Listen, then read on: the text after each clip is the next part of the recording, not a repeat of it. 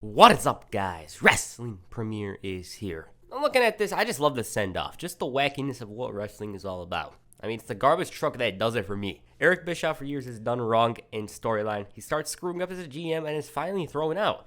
Vince McMahon also, this guy was a heel at this point. He's insulting JR, yet on this night he's a babyface. This was one random Raw. Now for a little context as to how they got to this point, Eric Bischoff lost to Teddy Long and Team SmackDown at Survivor Series, the previous video. Vince was very angry with this performance, but was ready to give him one more chance. He told Eric, just set a goal and accomplish it on that night. Otherwise, well, maybe it's time to replace you. Bischoff, acting a little too arrogant, decided I want to see Cena tap out. Like, if I was in his position, the goal I would have set is that there was going to be a Divas match on that night or something simple, like Triple H is going to talk for over 5 minutes. Then again, Cena didn't have a submission move in his arsenal, so he thought it was doable. So Champ defends his title in a triple threat submission match against Angle and Chris Masters. He ends up debuting the STFU to retain the title. After the match, Mr. McMahon's like, time to take out the trash. Okay, you get an idea of what this trial in court was about, but what else was on the card, on the show? Shelton Benjamin was looking to end his losing streak. Tajiri's final Raw match, the debut of the Cutting Edge, and the guest was going to be the man who was recently arrested for road rage, back then 2005, not nowadays obviously, the Nature Boy Ric Flair. There was some stuff there, but in general, most of the focus was on Eric Bischoff. Okay, this episode of Raw was held in the North Charleston Coliseum in North Charleston, South Carolina on December 5th, 2005. 7,000 were in attendance to witness Shelton Benjamin return to his home state. The TV rating for the show was a 4.1, and the move to USA really helped with the ratings in 05-06, There was more homes, there was new stars, it was pretty positive at this point. Right now, let's get into it. The show starts off with Vince McMahon. He was pretty insistent on the whole take out the trash thing, and the fans were cheering him, obviously. He went straight to business, and he reiterated the warning from the previous week, time to take out the trash, and he acknowledged the garbage truck, saying that the only thing missing is the trash itself. And now came the trash. The fans were booing him, and he was pretty fearful of his near future. Before he could speak, however, the fans loudly chanted, "You suck, you suck." Once Eric finally spoke, he said that this is more than a job to him. It's about who he is. He tried pleading with Vince to keep his job, but he wasn't really listening. He had other thoughts. McMahon acknowledged the podiums and the chairs, and before he can continue speaking, many in the arena serenaded Eric. Vince then announced that tonight is going to be the trial of Eric Bischoff, and yes, Vince was the judge. Eric was going to get a defense counsel, and there was going to be a prosecuting attorney too. Eric's defense attorney actually ended up being the coach, and now he did look pretty professional, right? But at this point, he wasn't known for wearing suits at all. It was a little precursor to his eventual assistant GM run. That's one thing to note. Some fans, of course, didn't allow him to speak at the moment, and his opening statement started off with, "My client, Eric Bischoff, is an ass." Yeah, that's one way to open your statement. He said that Eric doesn't care about the fans and he gets paid to deliver every week, and that's exactly what he's done for 4 years. He's not out to be friends with the fans, he's out to make money. Coach was not only trying to save Bischoff's job, but earn him a raise also. Hell, he even called him the greatest general manager in WWE history, and I don't know, is that true? What do you guys think? As for who represents the prosecution, Mick Foley. Of course it's him. Hell, he even had a Batman lunchbox in hand. Foley's chants intensified, and he said that nobody's done more to benefit Raw than Eric Bischoff. He mentioned January 4th, 1999, showing that despite Eric trying to ruin Raw and ruin his career, it ended up causing a reversal in the ratings war. But, as a general manager, he's a failure in attempting to entertain the general public. Also, he got in a cheap pop, It's essential. Vince announced that they're heading to court, and by the end of the night, we're going to know if it's time to take out the trash. Okay, some fun stuff there. The fans were eating up everything, and were anxious to see what the verdict was. I was personally entertained, and I was looking forward to the rest of it. The first match was a fatal 4-way tag team match for the World Tag Team Championships. Kane and the Big Show team up to face Tyson, Tomko, and Val Venus, the Heartthrobs, and Viscera, and Snitsky. I don't even know who the hell's with who. I assume Tyson Tomko's with Snitsky, and Val Venus is with Viscera. Then again, I don't think anybody gave a damn in the arena. Viscera had a moment there, but the champions were in form. They hit the choke slam. Snitsky got a boot. It was pure demolition to make Big Show and Kane look like these scary guys. Big Show no-sold the boots, and to top it all off, they hit a triple choke slam. I mean, that's what you expect from a match like this, right? It was a way to make these guys seem unstoppable. So basically, Kane and Big Show head into Armageddon with loads of momentum, kicking ass and taking names. And I mean, I liked it. It was fast-paced. It was impressive stuff. It was all about establishing them as the dominant champions. That they already were, but still. I mean, when have you seen a triple chokeslam before? Fast-paced, I like this kind of stuff, to be honest. At court, yeah, they went all out with that stuff. Mick Foley started things off with his first witness, Stephanie McMahon. He gave her a question about Bischoff, and she straight up said that her brother and herself believe Eric should be removed from power. She preferred to let the footage speak for itself, and the footage, it was from October 31st, 2002, the night Eric kissed her. She showed the footage, and she was all angry, and the coach tried objecting. I object! Shut up! It was clear that this was going to be a long night. In the arena, Mickie James was set to compete against Victoria. At this point, Mickie was a fan, or better term, stand for Trish Stratus. And as expected, Jerry Lawler was drooling over the amount of divas that there was around the ring and inside it. Mickie in the beginning showcased her skills. The Devils got involved. She knocked them down, and this was when Victoria took control. She got a little too confident at times, targeted the arm, and Mickie did try fighting back with her left arm, but Victoria quickly gained control. Then she found an opening with a Mikarana, whatever the hell they call it, the Hurricanrana, obviously. Comeback sequence gets her a kick out. She hits a combo. Tori gets involved, and this distraction pays dividends for Victoria. Nope. Candice Michelle instead gets involved, receives a chick kick, and the magic wand flew off. Victoria took advantage of Mickie James to win. Not bad for me. I mean, Mickie and Victoria aren't bad in the ring, obviously. They had some memorable matches here and there. This one, it was all about telling the story of Mickie and Trish, I guess. Because after that match, Mickie felt like Trish could have put in more effort, seeing as she's always helped her win, I guess. That's what I thought. Back to court. Tajiri's complaining about the lack of opportunities despite being a world-renowned star. He even wished a pregnant right now. You know what? Here it is. A pregnant rhinoceros shoved its mighty horn up Eric's anal crevice. The translator thought he was trying to say a word at this point, but it turns out that Tajiri was just trying to say Bischoff. Bischoff! Bischoff! I hope you get fired! The coach responded by booking a match for Tajiri against Triple H. He got angry and was ready to initiate action, but was quickly thrown out by the Masterpiece. Obviously, these two had to be brought in. It was essential. Foley claimed that they were witnesses, and Mae Young was claiming that Bischoff had no penis, and Foley steered back to the topic at hand by showing footage from Bad Blood 03. The footage led to nothing, and Bischoff's first witness finally came in, Chris Masters. Unfortunately, Vince quickly put a stop to the statement that the witness committed perjury. The man's name is not Chris Masters, he's actually Chris Mordesky, and so he's disqualified. In general, it felt like Vince didn't want Eric to have a chance in defending himself, I guess. Meanwhile, in the arena, the Heartbreak Kid was trying to motivate the homeboy, Shelton Benjamin. He reminded him of his collegiate past, but quickly criticized his WWE career. Sean praised Shelton for that match, and Mabel said that he's fallen hard since then because, well, what has he done since then? He lost the IC title, he lost a bunch of matches, he's not on pay-per-view anymore. Michaels wanted some fire and attitude from Shelton, who assured him that he's gonna get it. HBK was pretty offensive, but he got the job done. The next match was between Chavo Guerrero and Lance Cade. At this point, Chavo had just ditched the Kerwin White character due to Eddie Guerrero passing away, and he was a babyface. He was out to carry the Guerrero legacy, and at this point, they were just giving him wins, that's all. There wasn't that much of a story. It was all over Cade in the early going before getting dumped over the top rope.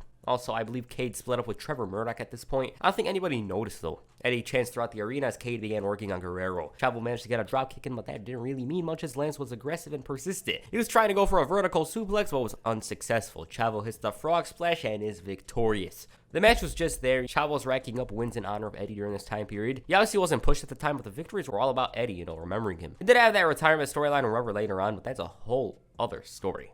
The match itself was average. It wasn't special or anything like that. It was just all about giving Chavo another win, that's all. Unfortunately, it didn't lead to some mid-card story or something like that, IC title. I thought it would have been decent. Back to the court. Daivari was praising Eric endlessly and believed that he should remain as the Raw GM. Problem with the praises, Vince was too busy listening to Ashley Simpson and didn't want to hear any of Daivari. Instead, he opted for recess, and Mick Foley was absolutely joyous. Yes! Recess rule! One bite? Bye. And an RC. And if you haven't gotten the memo yet, Vince wasn't giving Eric any chances. After the commercial break, it was time for the first ever edition of The Cutting Edge. The Radar Superstar was claiming he was going to ask the tough questions, and I should know this was one of the first times that he was called the Rated R Superstar, I believe. Please correct me on that. He showered his girl with praises and claimed that he couldn't find a single guest in the back because, well, they're too PG-13. The original guest had some legal issues and so he couldn't be on the show. As you may know, Ric Flair was facing assault charges, road rage, and he couldn't cross state lines. Edge even said that Flair's made more news outside the ring than inside. Edge called him the mugshot posing, handcuff wearing, road rage committing convict. He was just enjoying himself a little too much. Lito was claiming Flair couldn't do it anymore in the ring, and Edge sucks chance intensified. Unfortunately, it was time for him to go to the back. Apparently, he went too far in this promo. Since they were insistent on ending the show, Edge took jabs at them. He mocked Michael with a mention of Jack Daniels, and he responded telling him that the boss said that the show's over. Edge, he refused to leave. He didn't give a damn about what they had to say, and if the boss wants it to end, he should come out and end it himself. Michael heard enough and tried humbling Edge with a little speech about how easy they have it. They have rental cars, guaranteed contracts, guaranteed days off, and unlike Edge, he actually respects Flair. He respects the fact that he's given his life for this business, and the best part, he asked Edge, "How many times have you been in the main event?" Edge got offended and demanded they cut his mic off. Wait a minute, wasn't he saying the Cutting Edge is all about cutting straight to the bone? He was insulting the baseball player Dimitri Young at Survivor Series talking about steroids or whatever, and now he's all offended. P.S. asked, how many times have you sold out arenas? And best of all, he asked, how many times have you been in the main event? Damn. Freebird wanted him to end this, and Edge decided to get personal. He mentioned his best friend Terry Gordy, asking, where is he? And he quickly responded with the obvious. He's dead. Hayes called him an SOB and said that the only reason that Edge has this show is because he's banging Matt Hardy's girl, and it quickly escalated. He assaulted both legends. Hayes had some fight in him, but the briefcase was more than enough to knock him down. This was a memorable first cutting Edge. For some reason, WWE loves cheap heat mentioning someone's death. It might have been unnecessary, but Edge was even more hated for the obvious. And it was a great replacement for Ric Flair. Edge, he was at the right place at the right time. He was very hated, and if you were a kid back then, more than likely you hated the bastard. I know I did. I liked this segment. I forgot just how good it was. The next match was between Tajiri and Triple H. At this point, the Japanese buzzsaw was pretty exhausted due to the grueling WWE schedule, and this was his final week. Triple H was starting a feud with the Big Show, which I'll hopefully cover in the future. I always forget to cover that one. Eventually, I'll do it, though. It's pretty short. Tajiri was very urgent on offense right in the beginning, but he was quickly shut down by the game. Triple H had to taunt Tajiri with the crane kick thing, if that's what it's called. He got what's coming to him, and Tajiri almost got the tarantula, but the game pushed him away. Still got a boot in, though. He responded with the spine buster, and it seemed like he just wanted to get things over with. Pedigree, and that's all she wrote. Not bad. It's just these matches tend to end very quickly. They just never get going, that's all. It's not even bad. I like the moves. I liked how Tajiri got in a hefty amount of offense, but yeah. Wasn't much other than to showcase that Triple H, he's all serious right now. Meanwhile, at court, the coach brought in another witness, Simon Dean. Problem is, he didn't turn up, and it ended up being the Boogeyman. Boogeyman, said that as the time grows near, the future becomes more clear, that you don't belong here. I mean, what has Bischoff done to you? As a matter of fact, you've done something to him. Maybe he didn't sign him to a contract on Raw or something.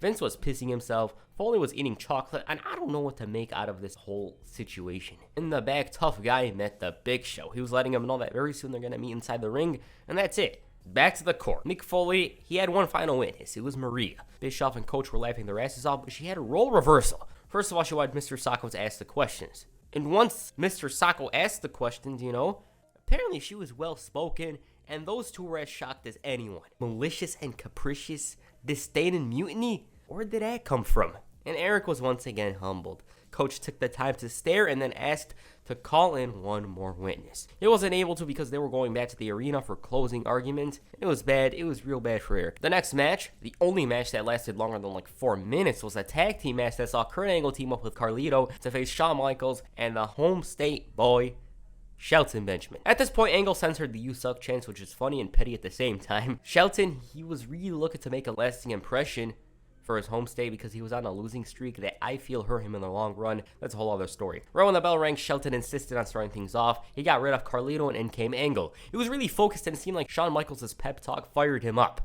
After the commercial break, Carlito and HBK are in there. A couple of seconds later, Mr. Orangeburg is back and he still got momentum. Angle comes in, right hand. He was absolutely unstoppable until Daivari provided a distraction. This gave way to Carlito losing his cool. Sorry about that. And Angle showed a lot of aggression. Rights, chokes in the corner, and at this point, he was being isolated. Sure, he got some clubbing blows in, but Angle quickly flipped from defense to offense with a belly-to-belly. Shelton wasn't completely out of it, despite taking punishment from both men, but he was on his way to a dangerous situation. He was isolated. Angle was squeezing the air out of him, all while the crowd was completely rallying for him. They're completely all in on Shelton. He got the DDT, and slowly he was crawling to his partner. In comes Shawn and Carlito. As expected, Michaels had a bunch of momentum. Forearm, atomic drop, clothesline, scoop slam, right hand to Kurt Angle, and of course, the elbow. The crowd was ready to hear the band, but Shelton had other ideas. He missed the crossbody. 1, 2, 3. That's all.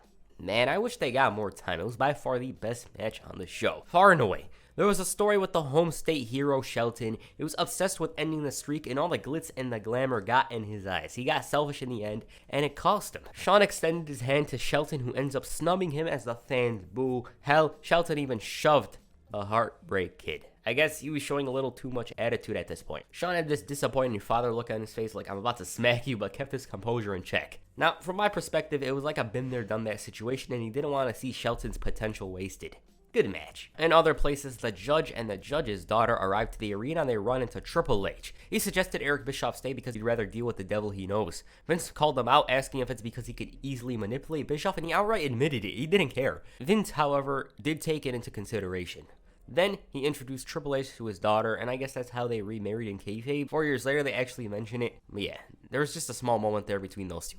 and it was time for the closing argument. Foley said that Eric Bischoff's abused his power for too long and that truck's gotta be used since it's here. As the coach was looking to speak, Bischoff cut him off and decided to represent himself. It was like one of those final scenes from the movie, you know, I can do this myself or whatever. He believed that his tenure as GM wasn't really that bad, and sure he did some horrible things to the McMahon family, but just like Vince says, controversy creates cash. He said that he's proven it time and time again, and in an effort to save his job, he announced an Elimination Chamber match for the WWE Championship at New Year's Revolution. Eric tried relating to Vince. Sure, we're hated, but we're both respected. He begged once again, just as Vince was considering all of this, the champ himself, John Cena, came out to join the proceedings. Bischoff knew that he was screwed with Cena's arrival, and the champ wasn't out here to let everyone know the same thing he says every week, you know, Eric's a jack-off or whatnot, but he was here to tell everybody about how Bischoff took away the fun from Raw, and unlike Eric, Vince isn't a pioneer of censorship. He criticized Vince's role, but he wasn't really all that offended. John Cena then revealed that there are 10,000 witnesses in the arena, the crowd. He asked them,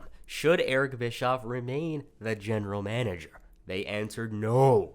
Do you want to see Eric Bischoff fired? Yeah. Cena then said that the fans have summed up Eric's career in 2 letters. F-U. Vince decided to take it to the people, and he asked if they'd like to see the title defended in the Elimination Chamber. Some did want it, but the majority realized that if it goes down, Eric most likely stays, and so the match was official, but Eric lost. Yes, despite the match, he wasn't going to watch it just like everyone else. Why?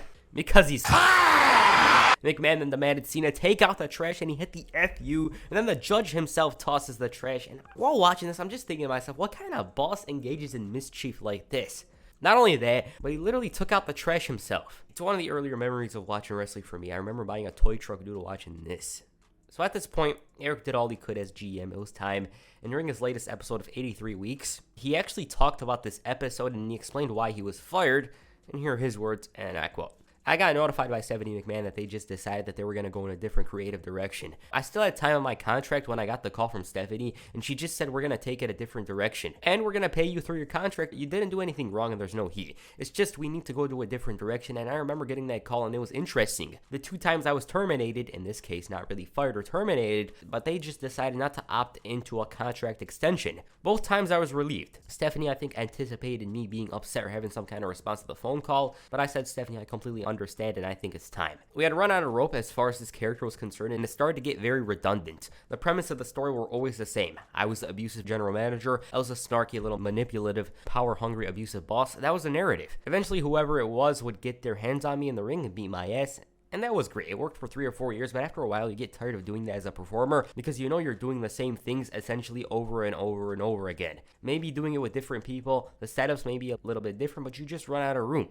I wasn't a wrestler and couldn't get in the ring and further a story. I was pretty limited. Also, Cena was actually originally planned to be the one who threw him into the garbage truck, but Eric lobbied for Vince, believing it was a fitting way to end his WWE run. Okay, that's it. I personally thought the ending made sense. Vince never liked Eric in storyline, at times legit, obviously, and after many years of favoring Triple H and Evolution, screwing over Shawn Michaels, disrespecting babyface mid-carders, babyfaces in general, it all caught up to him. He actually ended up running Raw the next year for one night, though. There was a title change that night. He wanted to punish Maria for testifying against him. And yeah, this episode mostly relied on the whole trial thing. Other than that, I liked Kane and Big Show demolishing competition and the tag match. The highlight of the show, other than the trial thing, was definitely the cutting edge. Edge, he was an absolute star that was ready for the title, no doubt about it at this point. So yeah, that's the show. What you guys think of this episode? Please comment down below. And that's it for this video. Make sure you hit a sweet chin music on the like button and perhaps the FU on the subscribe button. Peace, I'm out.